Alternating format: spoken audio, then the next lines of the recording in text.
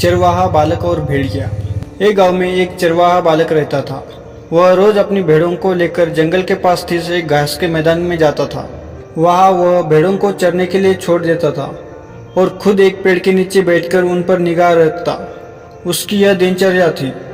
दिन भर पेड़ के नीचे बैठे बैठे उसका समय बड़ी मुश्किल से कटता था। उसे बोरियत महसूस होती थी। वह सोचता था कि काश मेरे जीवन में भी कुछ मजा और रोमांच आ जाए।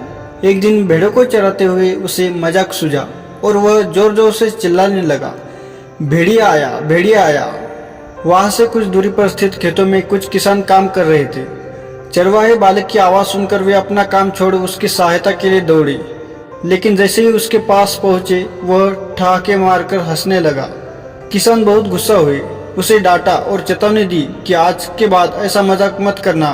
फिर वे अपने अपने खेतों में लौट गए। बालक के साथ कोई अनहोनी न हो जाए ये सोचकर किसान भी आते रहे, लेकिन वे उसकी इस शरारत से बहुत परेशान होने लगे थे। एक दिन चरवाहा बालक पेड़ की छाया में बैठकर बांसुरी बजा रहा था कि सच में एक भेड़िया वहां आ गया।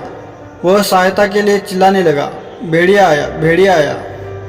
लेकिन उसकी शरारतों से तंग आ चुके किसानों ने सोचा कि आज भी ये बालक उन्हें परेशान करने का प्रयास कर रहा है, इसलिए वह उसकी सहायता करने नहीं गए।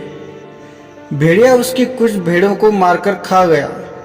चरवाहे बालक को अपनी गलती का एहसास हुआ और उसने प्रण लिया कि वह फिर कभी झूठ नहीं बोलेगा और दूसरे को परेशान नहीं करेगा। सीख, किसी का विश्वास पात्र बनना है तो हमेशा सच्चाई के साथ रहिए।